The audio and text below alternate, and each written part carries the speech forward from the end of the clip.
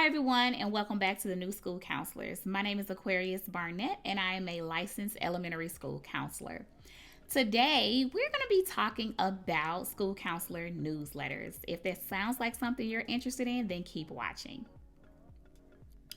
School counseling newsletters is a great way to showcase all of the amazing things that you are doing in your school counseling program. However, it can be a very daunting task, especially if you've never done it before. In this video, I'm going to share with you 4 great tips on how you can create an amazing school counseling newsletter. Before we get started, take a moment to like this video and don't forget to click the notification bell so you won't miss any of my videos. School counseling newsletters are totally different from teachers' newsletters because they cover the student body as a whole. It's also, you guys, a great opportunity to include information like classroom counseling lessons that you've taught in the past, as well as what's coming up for them.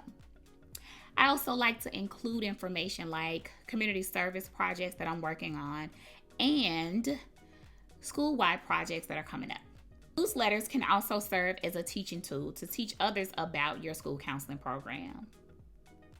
It's a way to get rid of those, statements like, oh, I didn't know that you did this. And how you do that is sharing a tidbit of information about what services you offer. Tip number 2 is stay consistent. I know this seems like a no-brainer, but this can be easily said than done.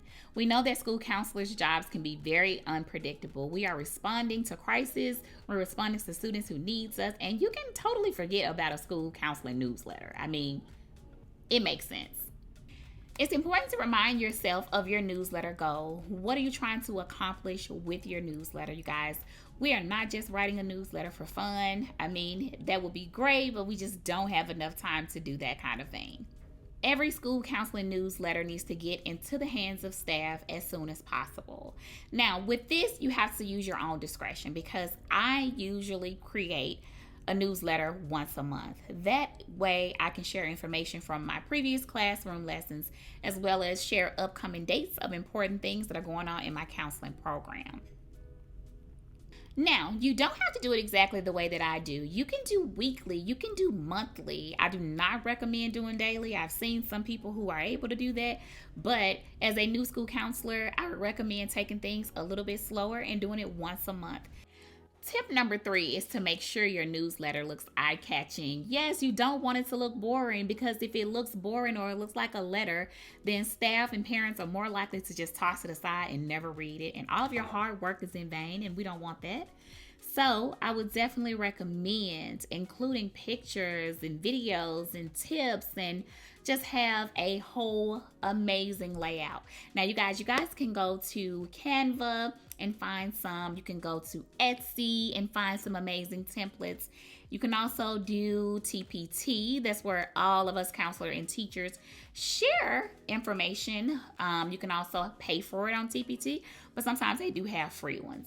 So I wanted to be able to share that with you so that you don't have to reinvent the wheel. You can just start creating them, changing the information, changing the pictures, and you're ready to go every month with your newsletter, and it's going to look amazing. All right, guys, so tip number 4 is our final tip, but I am going to have a bonus tip for you at the end, so make sure you stay tuned. So tip number 4 is just send out your newsletter. That's the easiest thing I can say, is to send out, just get it done and see how the staff and parents are taking it. Now, if you are a first-year counselor, I do not recommend doing one for parents just straight out the gate. I don't recommend that.